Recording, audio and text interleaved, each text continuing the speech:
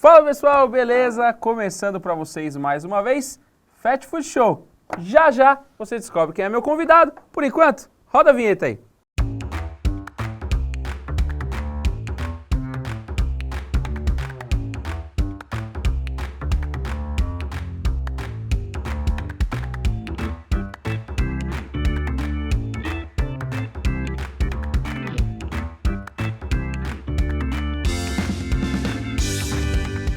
Bom, o meu convidado tá listado aqui, ó. Ele já passou pelo México, Espanha, Irlanda, Finlândia, Iraque, Vietnã, Afeganistão. Brincadeira, não tinha nada escrito. É o Luiz Felipe, direto de Taubaté, digamos assim? Mais ou menos. A gente vai explicar essa história. Do mundo, vai. Do mundo, direto pro nosso programa. Mano, primeiro, o obrigado. último, na verdade, foi Ceará, vai. Ceará, direto tá no do Ceará. Já do Ceará, terra do meu pai, inclusive, da hora. É mesmo? É, meu pai nascido no Ceará, criado em São Paulo, mas nascido no Ceará. Gente boa. Mano, obrigado por ter colado, tô Pô, felizão de você ter topado participar. Tô feliz pelo convite, cara. Luiz Felipe, quem acompanha o nosso canal, de fato, e assiste todos os vídeos, já viu o Luiz Felipe por aqui. Eu duvido você acertar onde. Deixa nos comentários, quem sabe, aonde o Luiz Felipe já apareceu no Fast Food Show. Vou deixar esse desafio aí pra ver se o cara assiste mesmo. Foi especial. Foi da hora. Foi bem foda. É, direto do Ceará, inclusive. Tava lá no Ceará, tinha acabado de chegar. Bom, antes de ir pro papo, agradecer os nossos patrocinadores. O Fast Food Show é um oferecimento 24 Pint embalagens e creme americano, além dos nossos queridos patrocinadores McCoy's Pickles Factory, Paneteria Timino, já já eu mostro os pãezinhos pra vocês, está demais, Fornoflex, Expresso Delivery, todo mundo cooperando para essa parada acontecer do jeito mais legal possível. Mas eu quero saber a história do Luiz Felipe, como tudo aconteceu, como ele foi parar nessa loucura de cruzeiro, antes hamburgueria, restaurante, mano. Tem história, viu?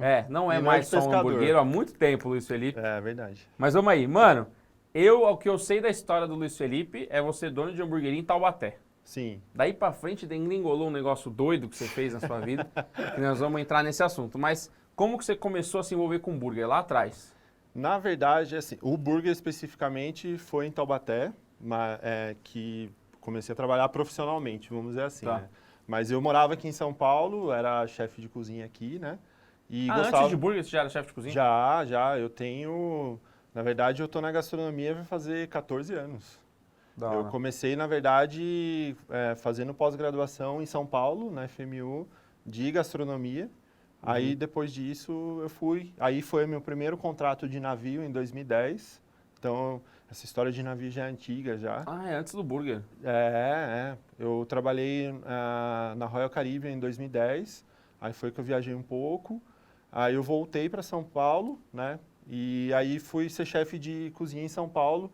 Eu inaugurei a Cachaçaria Água Doce lá do Tamboré, em 2011. Que da hora, não sabia, Aí eu fiquei lá quase 4 anos. Inaugurei 3 cachaçarias pro grupo, que era um grupo de investidor lá. E, cresci profissionalmente pra caramba lá com eles. Aprendeu bastante lá. Muito, cara. E aí eu fui pra Taubaté. Eu saí da cachaçaria e fui pra Taubaté. Por que Taubaté? Porque, na verdade, assim, eu casei em 2015. E aí, na época, meu sogro...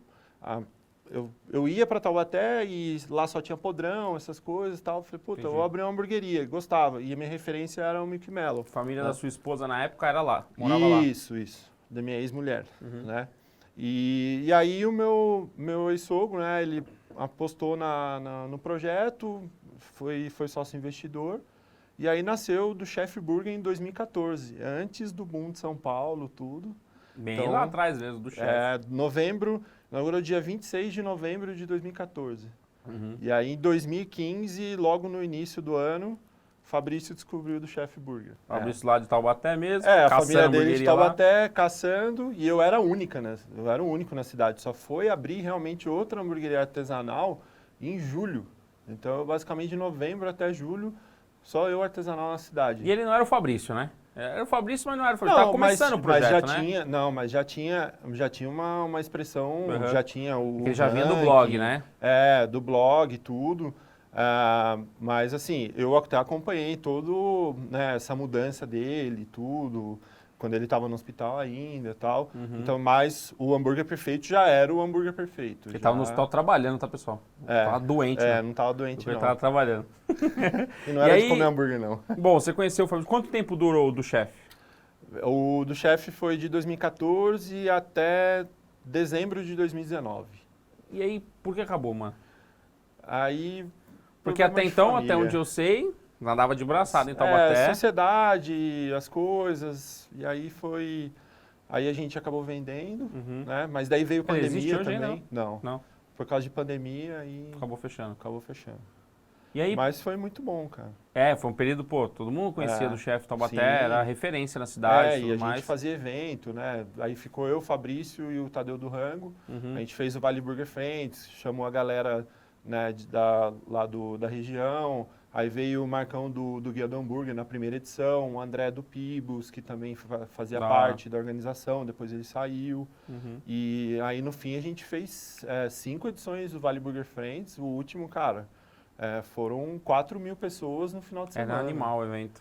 E aí a gente conseguiu os principais de São Paulo, foi para Taubaté, foi a primeira vez que tinha acontecido isso. Foi Trad, o Doc, cara, bem nesse período que a galera tava voando, né? Tipo, começando já de cabeça. Na verdade, a última edição foi 2019, só não teve 2020 por causa da pandemia. E porque o evento tava decolando, uma galera procurando, falando, mano, quero participar. Uma pena a pandemia ter encerrado a sequência do evento. É que quando voltou a pandemia, já muita coisa tinha se modificado. Não, né? Mudou. Até o pessoal do Auto Shopping, que foi o local que a gente fez, procurou a gente agora. Mas daí, cara, cada um tá num projeto. Fazer agora. Não dá, cara, não dá. Não dá, as agendas... É difícil bater agenda pra gravar com a galera, mano. Pois é. Imagina pra juntar todo mundo no mesmo dia, é muito treta. Não, Bom, aí, um trabalhão desgraçado. É um trabalho absurdo. Muito. Juntar essa galera é loucura. Muito. E aí, com o do chefe finalizando, término de sociedade, por que você decidiu voltar pra navio? Por que não montar um outro restaurante? Por que cruzeiro? Cara, na verdade, assim, aí quando eu vendi, né, vendeu a loja e tal, e em janeiro eu falei, o que eu vou fazer? E aí, né, casado, tudo, aí eu falei, vou tentar navio. E eu tinha muito essa vontade, porque muitas coisas que eu não aproveitei da primeira vez, eu queria meio que aproveitar, né? E principalmente pela experiência, porque 12 anos depois, tudo, né, saber como tava e tal. E aí eu fiz conta, falei, se eu estiver viajando 6 meses, eu vou economizar tanto e tal. E daí logo veio pandemia também. E aí eu fiz todo o processo e fui fazendo assim, nem sei se vou passar, meu inglês, mano. Aí no fim fui passando, Era ruim inglês? Era ruim? Não, mas, cara, 10 anos sem falar fluentemente, né? Então, e aí tinha que fazer prova de inglês, um monte de coisa. No fim, passei. Passei e falou, e aí, vamos? E aí fiz todo o processo, tudo. Eu tinha embarque já programado para junho. Eu ia para o Alasca e depois ia para o Havaí. Caraca, aí cancelou por causa da pandemia. Aí ficou esses 2 anos aí, né? Vai, não vai. Então, meu processo mesmo daí demorou 2 anos. Caraca. E nisso aí eu já fui fazendo outras coisas e fui deixando o navio de lado. Aí a hora que voltou, vi o roteiro, falei, puta, vou. E calhou de terminar o trabalho no Ceará, o primeiro ano, né? A primeira temporada, tava acabando a primeira temporada. E aí eu falei, puta, eu vou. O que você fazia especificamente lá no Ceará? Então, é a minha terceira passagem pelo Ceará. A primeira mesmo que eu fui como chefe de uma pousada numa ilha, chama Ilha do Guajiru, é um dos principais points de kitesurf do mundo. E os donos são alemães, tudo. Aí eu fui 3 meses. Paradisíaco. E eu fui porque um amigo meu me mandou mensagem querendo dica de hambúrguer. Ele tinha um bar lá na ilha. E fazia 14 anos que eu não via ele da faculdade. E aí ele falou, cara, tem uma pousada aqui que tá precisando de um chefe de outubro a janeiro. Que daí acaba a temporada, fecha e a galera vai embora, né? Aí eu tava lá em Itapetininga. A parada funciona só por temporada mesmo. Por temporada. Aí eu tava em Itapetininga, tava com um delivery de hambúrguer lá pra esperar todo o processo, né? E ver como é que ia ser e tal. Aí fui, cara. Foi uma experiência muito boa pra mim, até mesmo porque daí eu tinha acabado de me separar, tudo. Então, cara, cabeça foi muito legal, porque ressignificou muita coisa pra mim e tal. E aí foi lá que eu conheci o dono. Você sabe que a maioria das pessoas que se divorciam, no outro dia vai trabalhar, não vai pra uma ilha paradisíaca, né? Você sabe que você é um trabalhar. Mas você sabe que mas não é ilha paradisíaca. O cara vai trabalhar no centro de São Paulo, mas tá bom. E lá, cara, lá não funcionava celular. Uhum. Não funcionava celular. Era só o Wi-Fi das pousadas para você poder andar na ilha e tal. Era muito Fora louco. das pousadas, esquece. Esquece. Então, o da hora era isso, você conseguiu dar aquela desligada, né? Não, e aí a minha folga de semana, eu ia de Pau de Arara para Jericoacoara. Então era um negócio muito roots, assim, foi muito legal. Uhum. E aí eu voltei para São Paulo. Nossa, que chato sua vida, hein? Que chato. Voltei para São Paulo, aí já peguei uma consultoria para uma steakhouse em Taubaté. Lá, comecei lá, porque lá era conhecido, né? Uhum. E aí finalizei essa, daí veio a primeira, realmente o grande projeto de consultoria, que foi a Hamburgueria Portes de Taubaté, que é no shopping, que tá aberto, os caras estão bem pra caramba e tal. E aí lá eu fiz o projeto do zero. Uhum. Criei conceito para eles, tudo. Lá eu coloquei a coxinha da minha mãe, que é muito famosa. Pô, que da hora. Sem massa também, não? Não, com massa. Inclusive o Fabrício gosta disso, da coxinha exatamente por isso, porque ela é com massa. E é massa de batata. Eu sou o chatão que coxinha sem massa não é coxinha, né? Esse cara me bate, mas tudo bem. Enfim, não vamos gerar polêmica, não, né? Vamos comer coxinha polêmica, em paz. E eu gosto exatamente de massa de batata, depois eu quero provar isso aí. Eu faço, tanto que eu tenho uma tatuagem pra ela que eu fiz homenagem pra minha mãe, que ela faleceu, Que né? louco, uma coxinha com... aqui... Tenta mostrar, estica um pouquinho, ver se pega na sua câmera aqui. É uma coxinha com asinha e uma coxinha com asa e um hambúrguer. Então, tipo, o hambúrguer sou eu na terra e minha mãe no céu com a coxinha dela. Caraca, que da hora. Foi o que Animal. eu fiz. Animal. E aí mas essa consultoria é agora no shopping? Foi 2021. Depois da consultoria você ainda voltou pro Ceará de novo? Então, aí 2021 eu fiz essa consultoria na Portes até julho e ao mesmo tempo eu fiz uma outra consultoria na Cervejaria Bragantina. Eu reestruturei toda a parte de cardápio deles, que eram 3 unidades, uma em São Paulo, Atibaia e Bragança, que é uma cervejaria, mas eles tinham a parte de hambúrguer e tal. Fiz um puta negócio lá para eles, fiquei durante 4 meses para eles. Então eu fiquei nesses 2 projetos ao mesmo tempo. Aí terminei os 2, aí eu fui pro Cumbuco, que aí é lá no Ceará, né, na cidade de Calcaia. Fui pro Cumbuco para ser chefe da cozinha quente de um restaurante japonês. Peraí. O Luiz Felipe me deixa... A cabeça tá batendo assim os neurônios.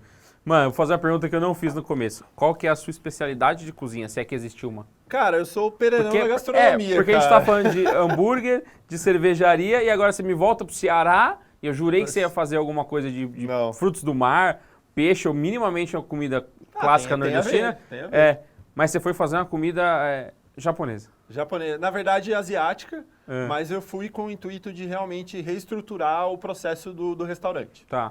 Então, reformulei cardápio, questão de engenharia de cardápio, essas coisas, parte organizacional mesmo, de processo e dar mais fluidez para a cozinha, né? Então, eu fiz esse processo lá. Para mim foi um grande aprendizado também, que conheci várias comidas que eu não conhecia, né? E aí eu comecei a tomar conta realmente dessa parte da cozinha quente desse restaurante. Como que é essa parte, mano? Sem querer fugir do assunto, tá? Mas como que é essa parte de viajar tanto e sempre estar descobrindo novos ingredientes? Cara, é muito legal, porque aí depois a gente até pode falar disso nessa experiência que eu tive no navio agora em 2022, que, puta, ajudou muito também.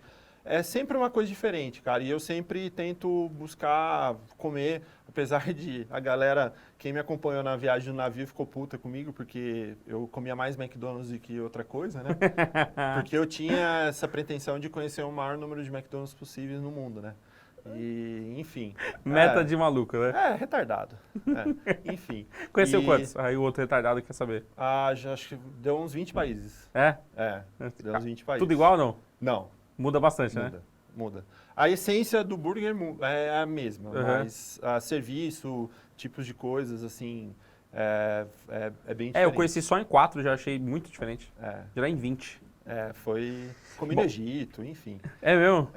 Bom, mas vamos lá. Aí dentro do navio, por exemplo, que muda muito o cardápio de acordo com o trajeto que esse navio está fazendo? Sim. Ou não tem nada a ver? Na verdade, tem um pouco a ver pela característica dos passageiros que estão a bordo. Mas, cara, lá é gigantesco. Tá, né? mas é essa a minha grande dúvida, e acho que o pessoal deve estar com essa mesma doideira de querer entender. Por exemplo, você vai sair daqui, vai fazer o navio vai até o Egito. É feito um estudo para saber, tipo, os passageiros estão lá, porque a maioria é turismo, é turístico, né? Não quer saber se os caras... É que tá indo pro Egito que só tem egípcios dentro do navio. Na verdade, 80% do cardápio universal do navio, ele não muda. Tá. Né? Então, muda alguma coisinha ou outra, também relacionado ao número de passageiros de cada país. Tá. Então, aconteceu, por exemplo, em 2010 na Royal, cara, de a gente ter 800 passageiros americanos saindo de Veneza, na Itália. Entendeu? Aí, o almoço lá tinha costelinha, hambúrguer e cachorro-quente. Entendeu? Porque então, para se adequar à cultura dos caras. Para agradar, né? Aí teve um outro cruzeiro, por exemplo, que aí eu fiz comida indiana. Porque tinham mais ou menos 200 indianos no navio. E aí, como tem essa variedade, dentro da cozinha tem gente de todos os países, né? Sim, sim. A gente, em 2010, chegou a ter 78 nacionalidades a bordo. Caraca, que absurdo, mano. É. E como que é, mano, conviver com essa galera? Loucura. Todo mundo arrisca o inglês. Na verdade, é obrigatório. Ah, tá. A língua universal dentro do navio é inglês. É inglês. É inglês. Então todo mundo se comunica em inglês. É. Mas, tipo assim, o jeito de cozinhar, o costume, é doido, né? Cara, é muito diferente porque, assim, dentro de navio, primeira coisa, não tem fogo. É só elétrico. É tudo elétrico não tem e indução. chama? Nada. Não, porque os maiores incidentes de acidente em navio é incêndio. Caraca, então, assim, mano. é tudo por indução e tudo por elétrico. Tudo. Então, não tem Que fogo, doido, primeira mano. coisa. Entendeu? Que Então, doido, da hora isso. E aí... Você sofreu pra acostumar sem fogo? Cara, não. Não, de boa? Indução, cara. Depende muito do que vai fazer. Tem muita gente que reclama da indução, né? Que não gosta muito, acha fraco, acha, sei lá. Não, mas lá... É que aí são altas tecnologias, né? A capacidade é gigantesca, porque, tipo, foi legal porque eu trabalhei em 2 navios distintos, né? Em sentido assim, um era 2.000 passageiros e agora eu trabalhei num de 4.000. Entendeu? E também em estações diferentes. Eu rodei bastante estação. Agora, nesse último, eu fiquei só na parte de vegetais. O que é estação, você tá falando? Estações assim, grelhado, sopa... tá. Praça na cozinha, as né? praças, Tá. No outro contrato, eu rodei o navio inteiro. E eu fiquei muito tempo fazendo stir fry, pasta, essas coisas à noite e tal. E agora, nesse contrato, eu fiquei só na estação de pré-preparo de vegetais e frutas do navio todo. Tá. Então, eu cheguei a cortar 400 quilos de legumes num dia. Nossa. Nem mas eu não reclamei, porque eu, até mesmo pensando na consultoria em si, né, que hoje é o meu forte, eu consegui, na verdade, estabelecer limites. Né? Então, hoje eu tenho um limite, gigante de produção. Então, eu sei, por exemplo, se um funcionário está enrolando ou não. Sim. Porque eu trabalhei num limite absurdo. Eu trabalhava 14 horas por dia. A gente vai entrar no assunto já, consultoria já, porque eu sei que talvez seja o seu foco principal agora na sua volta. Sim. A gente já vai entrar nesse assunto, até porque acho que é uma curiosidade que a galera vai gostar de saber. De ter mais essa opção e com alguém com tanta experiência no mercado. Mas eu tô curioso com um monte de coisa do navio. Não, pode perguntar, cara. Eu gosto de falar porque é uma experiência, cara, que todo mundo tem que ter, cara. Eu acho muito curioso mesmo. Não, pode perguntar. Vocês todos tinham um quarto ou era tipo um alojamento no navio? Cara, na verdade, assim, vamos lá. Algumas coisas principais dentro do navio. Tá. Dependendo do navio. No meu navio, que eu trabalhei agora, especificamente, era uma cabine minúscula, né? E eu dividia sempre com um cozinheiro. Então, no caso, eu dividi com um cara que era peruano, né? E aí a gente tem as cabines, banheiro pequenininho. O Luiz Felipe dividiu a cabine dele com o peru.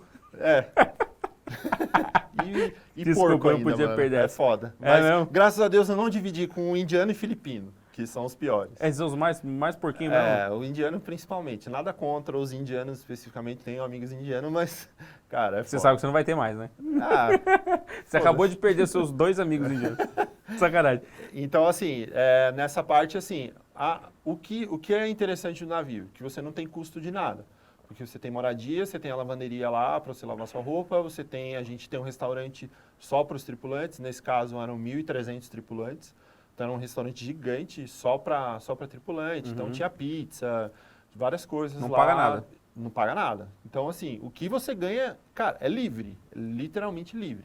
Entendeu? Aí você faz o que você quiser. Se guardar ou gasta. Recebe em que moeda? Dólar? Dólar. E aí, tipo assim, cara, a minha rotina especificamente, eu começava às 7 da manhã, aí tinha um break à tarde, um intervalo de 2 horas, e aí voltava e trabalhava até às 10 da noite. Só que como a estação que eu tava, para mim foi muito legal, porque apesar de, cara, ficar cortando legumes o dia inteiro, eu me propus aí como cozinheiro mesmo. Tanto que eu cheguei lá, eu nem falava o que eu já fiz, justamente também para não me dar mais trabalho, apesar de ter muito, né? Mas eu sempre ia me superando, e aí que entra um pouco depois a parte da consultoria. Então, assim, eu só cortava legumes, só que eu fazia o corte de legumes específico para uma área de um restaurante específico. Então, eu tinha lá fazer o pré-preparo de beef stew, o pré-preparo de ratatouille, vários pré-preparos e mandar para a estação para ser feito.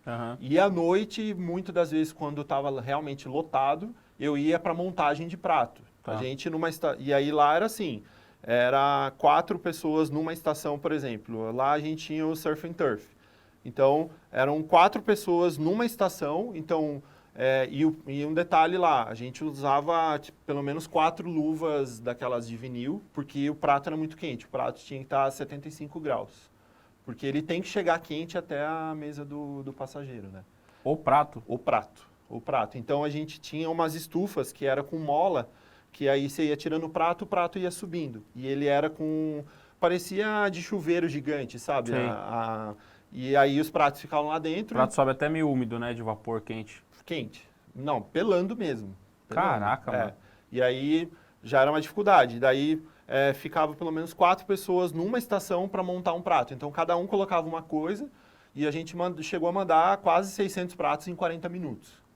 Nossa, absurdo. E eu grilo atrás, mandando filé mignon. 4 mãozinhas, tira o prato, mandando filé mignon, o outro cara mandando um camarão. E então tinha assim, a montagem, tinha o abastecimento da montagem, entendeu? E, cara, loucura. E detalhe, lá não tem comanda. Lá não existe comanda na cozinha. Como que faz? É uma fila de garçom. E aí o garçom chega na estação que ele quer e fala, eu quero 5, eu quero 6, eu quero 8, eu quero 10. E o prato tem que estar pronto. E detalhe, a gente tinha ponto de carne, inclusive. Então, eu quero mal passado, eu quero bem passado, eu quero ao ponto. E a gente fazia. Então, mas aí agora a dúvida besta. Mas a fila tá lá, de garçom, certo? Chegou um garçom e pediu ao ponto. Tá preparando dele. O de trás pediu um bem passado e o atrás desse pediu um ao ponto. Pula o bem passado? Na verdade, às vezes acabava pulando, mas obrigatoriamente a gente sempre tinha que ter pronto. Assim, é questão de, cara, 30 segundos para um prato ficar pronto. Então o garçom não podia esperar. Ele tem que chegar e pegar. Tem que chegar e pegar. Então, mas funcionava mais ou menos assim. O Surf and Turf, que era o mais pauleiro, assim, porque era filé mignon. Não, na verdade era o ancho, camarão, legumes e acho que purê de batata, alguma coisa assim. Cara, ele só falava, eu quero 5 mal passado, eu quero 2 ao ponto, E a gente mandando. Voltava muito prato com erro de ponto, não? Não. Bem pouco. Não, e detalhe, lá a gente nem usava touca. E nunca, em 4 meses que eu fiquei agora a bordo, não vi um caso de cabelo na comida. Caraca, mano. A gente só usava o chapéuzinho, né? E não vi um caso de cabelo. Como que vocês acertavam um ponto de carne lá? Pra nunca ter... na mão. Na mão mesmo, na raça? Eu achei que era... E lá a gente tinha as chapas com frisadas, né? Pra dar aquele aspecto de grelhado. Como se fosse um broiler, né? Na verdade não dá o gosto do broiler, sim, mas só dava a marca. Então... Uma beleza pra limpar, né?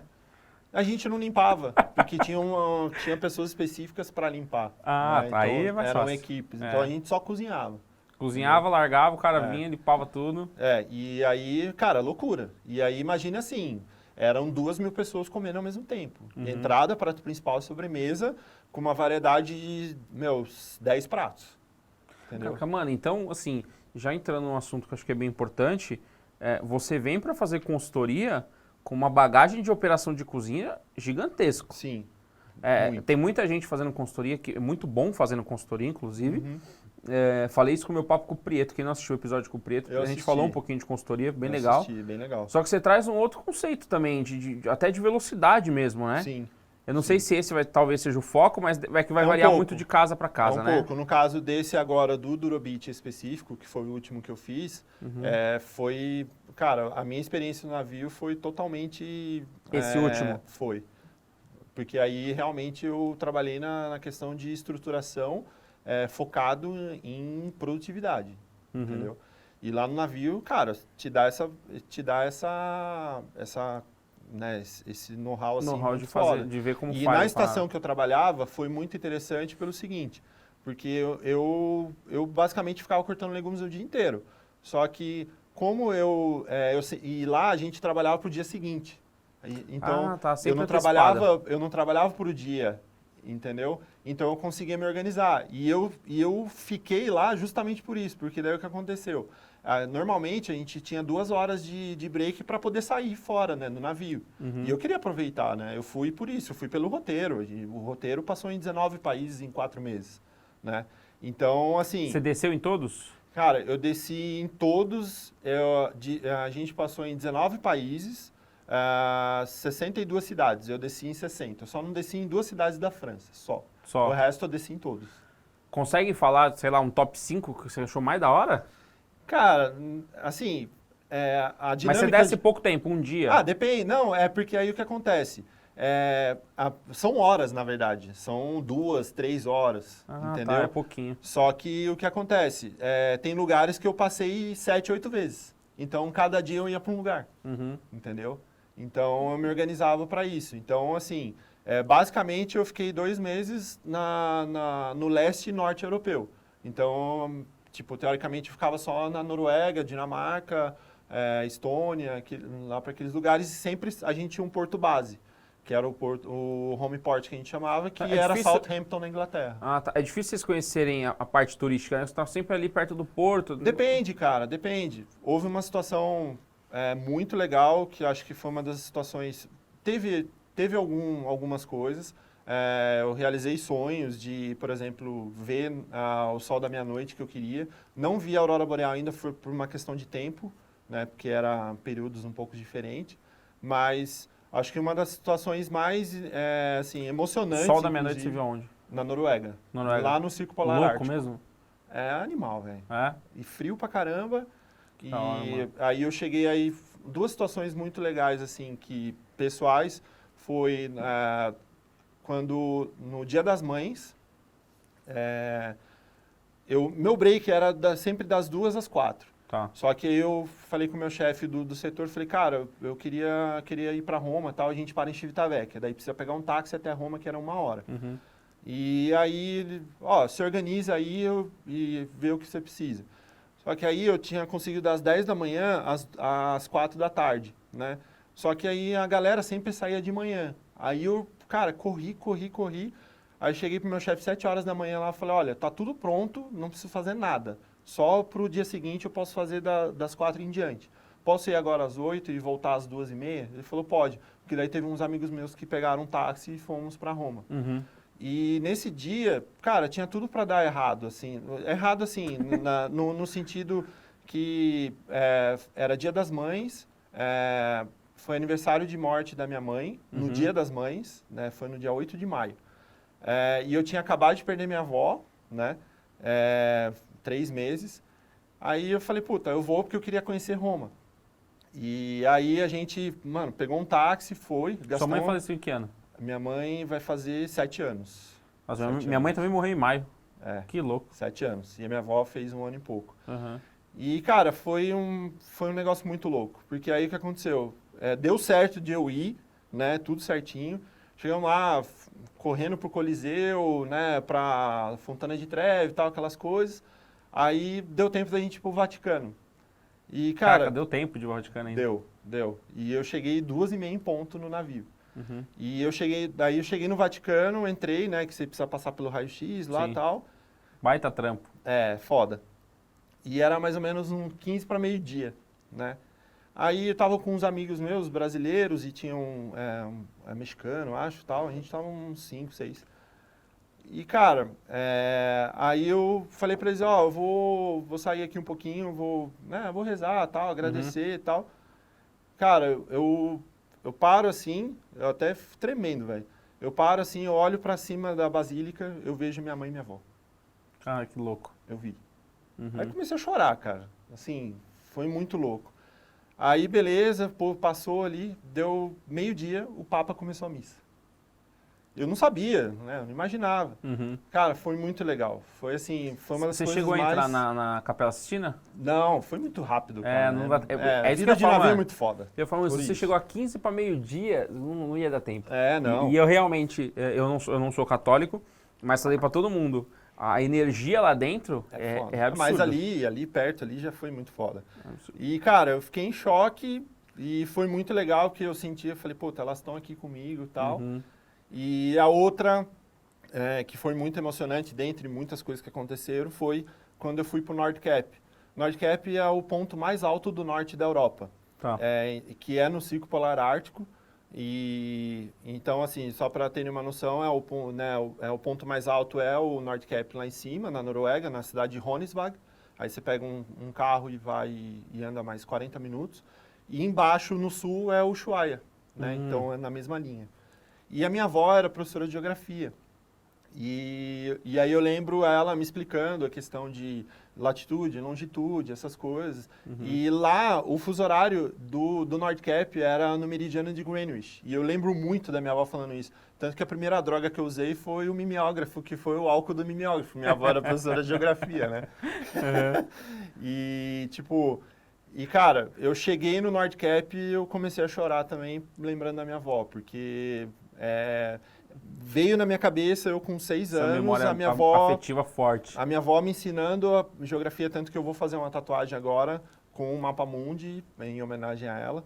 E, cara, foi muito emocionante, assim. Da hora, então, mano, da hora. É foda. Da hora. Então foi uma puta experiência, cara. Fica aí uns 5 dias contando. Quando acabar o papo, eu terei esse privilégio de acabar de ouvir todas essas histórias. Infelizmente, nosso papo não permite você contar tudo, mas fica para um outro episódio contar o restante. Finalizando de navio, cara, para quem é novo, quer ter uma experiência... É uma baita experiência. Experiência de gastronomia diferente, experiência de vida. Cara, fala inglês, vai uma vez, eu indico. Vai uma vez. Eu sou retardado de ter ido 12 anos depois, né? Já com 37 anos, mas para mim acho que foi uma das melhores experiências, melhores escolhas da minha vida, ter tido essa oportunidade de voltar, tudo, foi muito foda. E agora tá me dando muita... Então, pelo que você falou de cozinha, de operação, cara, eu tô louco para ver uma consultoria sua, se você puder me chamar, eu vou com o maior prazer do mundo ver o que você vai aprontar por aí. Então... E eu acho que essa relação de trazer essa experiência de fora, pro burger é muito bom. Porque a gente tem, às vezes, o problema de ficar linkando só burger a Estados Unidos, burger Estados Unidos. Sim. E eu acho que dá para mesclar a cultura de todos os lugares para criar um cardápio mais legal, para criar novidade, para trazer conceitos novos. E eu acho que além da operação, eu acho que é um pouco que você traz na mala aí, eu acho que vai ser bem interessante. Mas você já tá full aqui. Quem quiser te chamar para fazer qualquer consultoria, você já está aqui. Eu já mandei alguns orçamentos agora, inclusive para o Kumbuco de novo, agora para uma hamburgueria mesmo, para o mesmo dono do japonês que eu estava e para o mesmo, que é o mesmo dono do hotel também, que eu terminei agora. Eu terminei agora a consultoria, né, eu fiquei exclusivo mesmo para eles, né, para ele lá. E, cara, fiz uma reformulação no cardápio absurda. Assim, foi um trabalho muito legal que agora eles vão ter esse resultado na próxima temporada. Né? Porque agora acabou a temporada, porque agora é só chuva, volta julho, né? Sim. E tanto que aí eu mandei até agora um projeto para ele, para eu fazer a consultoria para ele, para a gente tentar abrir uma hamburgueria lá para a próxima temporada já, né? Então, ele é espanhol, ele mora em Barcelona. Então, até falei com ele ontem e tal. Mas, assim, o trabalho que eu fiz agora lá no Durobit, cara, foi um negócio gigante. Foi muito, muito foda. Porque o hotel tem 20 anos, nunca mudaram um cardápio assim, né? Tinha muita fritura, sabe? E E aí eu vim com uma pegada de realmente mudar a parte estrutural, então houve um investimento muito alto. Forno combinado, embaladora a vácuo. Forno combinado é vida, né? É vida, cara. Lá a gente faz hoje 50 quilos de polvo em 2 horas, cara. Forno combinado é vida. Bom, para ir para os finalmente do nosso papo, o Luiz Felipe está na área. Então quem quiser consultoria já sabe onde vai encontrar. E começa o nosso quadro Chora que eu venho do lenço. Recadinho para você. Fala, Filipão! Bom, você participou do meu podcast aí com o André, agora eu participo do seu, né? Cara, desculpa, eu tô segurando o celular na mão aqui, então ele vai balançar um pouquinho. O Filipão é um cara incrível. Eu conheci o Luiz Felipe em Taubaté, se não me engano, 2015, 16, 17, eu não lembro exatamente, mas foi por aí, acho que 2016, 17, quando o Hambúrguer Perfeito começou a virar um negócio pra mim, e eu falei, cara, eu preciso achar bons lugares em Taubaté, boas hamburguerias em Taubaté, e, pô, conhecendo ali o mercado, logicamente eu caí na hamburgueria do Filipão, e no fim das contas, o hambúrguer foi só um pretexto, porque a gente acabou ficando bem amigo, como vocês podem perceber. E, pô, o Filipão é um cara incrível, é um cara que meu, faz todo o esforço pra ajudar se você precisar. O cara tá sempre junto, tá sempre presente. Ele viajou o mundo inteiro, aí a gente continua trocando ideia, a gente nunca perdeu o contato. Então, pô, pra mim é uma honra ser amigo desse cara. É um cara que cozinha demais, não é só hambúrguer, é um cara que cozinha demais e não sou só eu que falo, toda a minha família acabou conhecendo o Luiz Felipe e sabe das qualidades gastronômicas e culinárias desse cara. Então, é um cara que eu admiro demais, merece tudo de melhor nessa vida. Obrigado pela amizade, parabéns por ser esse cara sensacional, mano. Tá aí, sensacional, ele tinha que falar um sensacional no final. Senão não era ele. Mano, eu acho muito louco essa amizade de vocês. Na verdade, olha que louco. Quando eu fui gravar com o Fabras, eu falei, puta, eu vou colocar quem pra falar? A Amanda vai ser óbvio. Então eu falei, pô, eu preciso pensar em alguém diferente, tá, não sei o que. Aí falando com o Thiagão da Smart, o Thiagão falou assim, mano, põe o Luiz Felipe pra falar que ele nunca vai esperar que você vai conseguir falar com o Luiz Felipe. Luiz Felipe ou tá dentro de um cruzeiro ou ele tá no Ceará. O Thiago não sabia exatamente onde você tava. Falou, chama ele e vê se você consegue. E ele ficou mal feliz. E eu senti naquele ficar, os caras têm uma amizade forte mesmo, legal. Tem. Então é muito louco ver um cara que consagrado no mercado do burger, admirando o seu trabalho. Pra mim é uma honra, cara. Eu acho que e é exatamente isso. A gente, tanto que você conversar com ele, que ele fala, né, que eu sou um puta cozinheiro.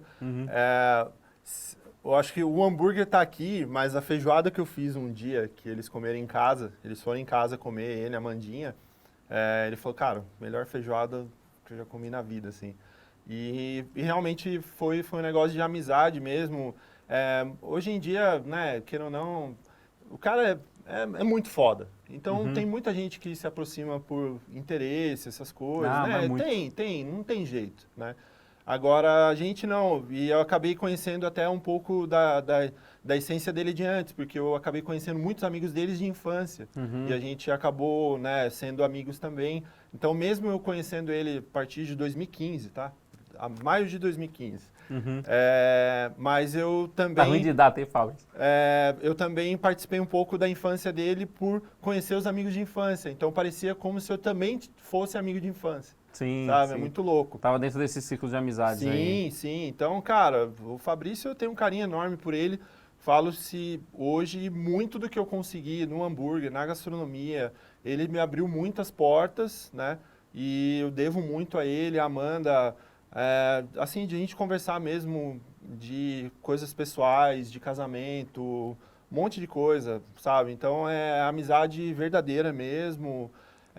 O trabalho é uma coisa, um complemento, sabe? Essa questão do trabalho que a gente Como ele falou, foi só desculpa no começo pra se aproximar. Exatamente. Da hora, mano. Casou mesmo. Valeu, cara.